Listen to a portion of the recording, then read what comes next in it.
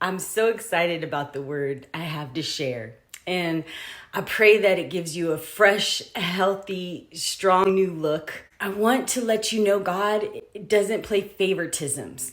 I want to share with you that God does bless both mistakes and good deeds.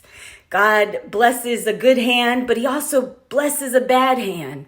And what I mean by that is a lot of times God has blessed me and given me grace in a time where I made a mistake. I made a bad decision, a bad choice, and God will use all things. God's favor is shown in all circumstances. I know people who refuse to give money to people who are asking if they're homeless, and they say, oh, they might buy it, they're going to spend it on drugs, they're going to spend it on beer. Who are you to decide how God is going to intervene in their life? I say this to convict, hopefully, some hearts, to tell you, God called me in situations where, to the world's standards, others would look away. I've been homeless. I have expunged them since, but I would be called a criminal, had felonies. God uses these situations and mistakes. So who are we to tell God how to use us and not use us? If you have, you give.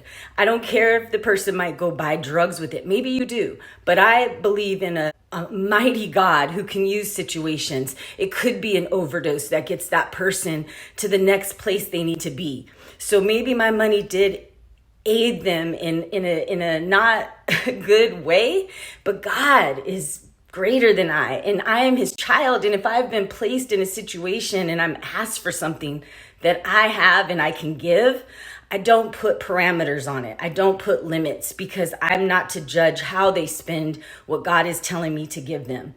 So I wanted to share that, because God doesn't play favoritisms, and he can bless non-favorable situations alike and bless people who are doing good as well. So I just pray that grace is abundant in your life. If you're watching this, I pray that grace is abundant in your actions to others. I pray that you are all blessed, and just know that if you made a bad decision, you made a mistake, it doesn't disqualify you from the abundance of grace that God has for you, and that your past decisions don't define you. You can start making changes, no matter how small, in the moment. If you are breathing, it's a chance to make a better decision at that moment. And we are all a body of Christ, and I pray that we all show one another grace. Have a blessed day. Peace.